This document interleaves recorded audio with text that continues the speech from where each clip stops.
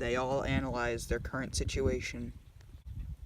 The Dilophosaurus knows that the younger one will not be able to fight very well, meaning that he will have to go for the adult first. She is the bigger threat after all. And thus, he charges.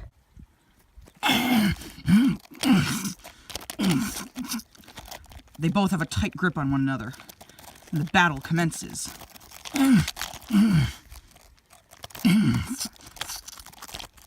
The Allosaur attempts to get a good grip on the Dilophosaur's neck, but it thrashes away.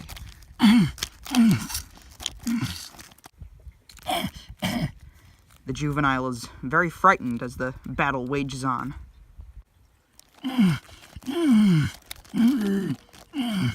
The two are struggling for a while.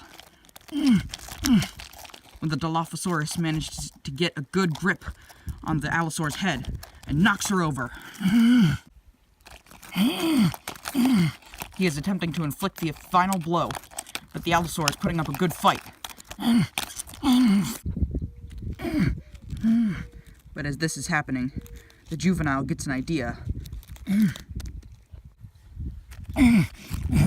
As the Dilophosaurus attempts to start thrashing at the adult's throat, the baby comes in and knocks the Dilophosaurus over.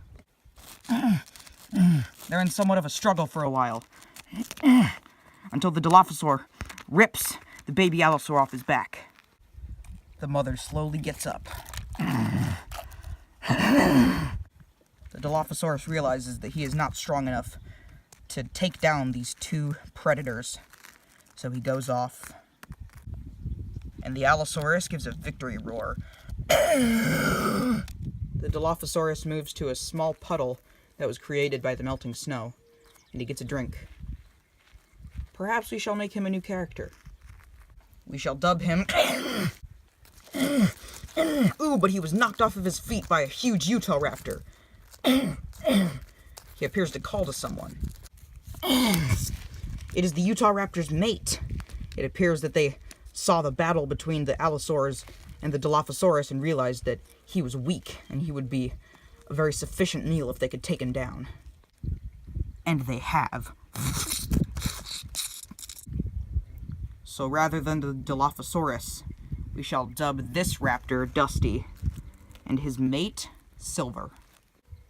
And they dig in. Speaking of naming things, I forgot to name the Allosaurs, so the mother we shall dub Allie, and her son Alan, after Alan Grant from the Jurassic Park movies. Anyway, she goes to reunite with her son and to make sure that he's okay. And of course he is. He just had the wind knocked out of him. They know now not to chase after the stegosaurs. They're probably long gone. So they will take their adventures elsewhere.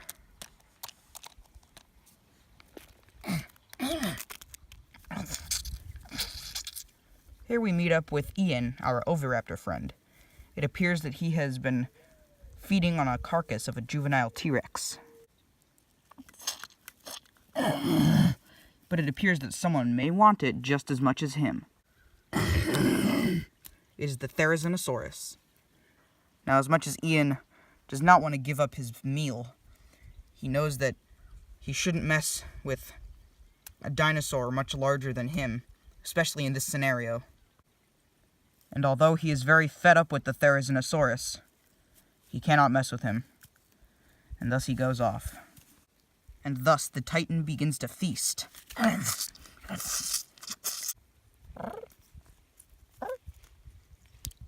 Ian has been living here for quite some time, but it may not be very good for him. He's had to give up a lot of meals to the Therizinosaur.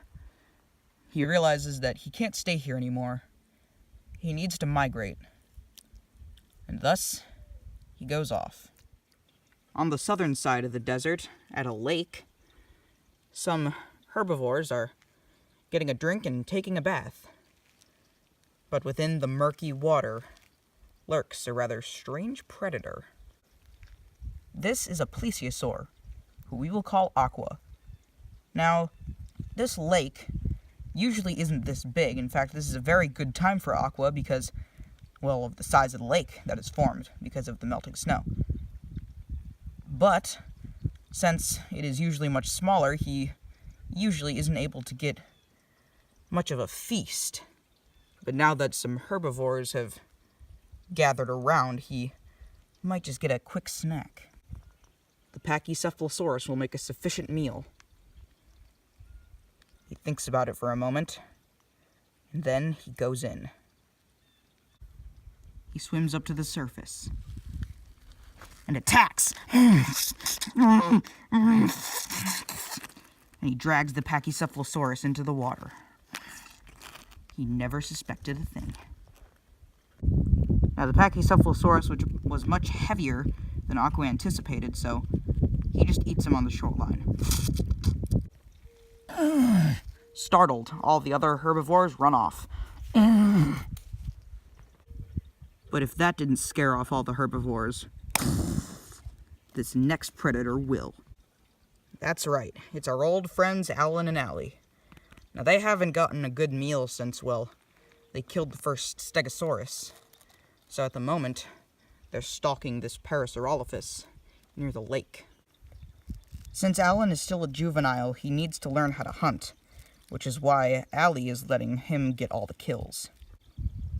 And thus he strikes. But the Parasaur hears his approach and runs off as quickly as he can. Allie circles around.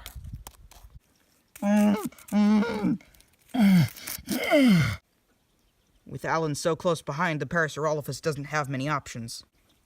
But of the few that she does has, she takes a chance. And she jumps into the water. Perhaps she can throw off the predators this way. And while this does confuse Alan, it does not deter him.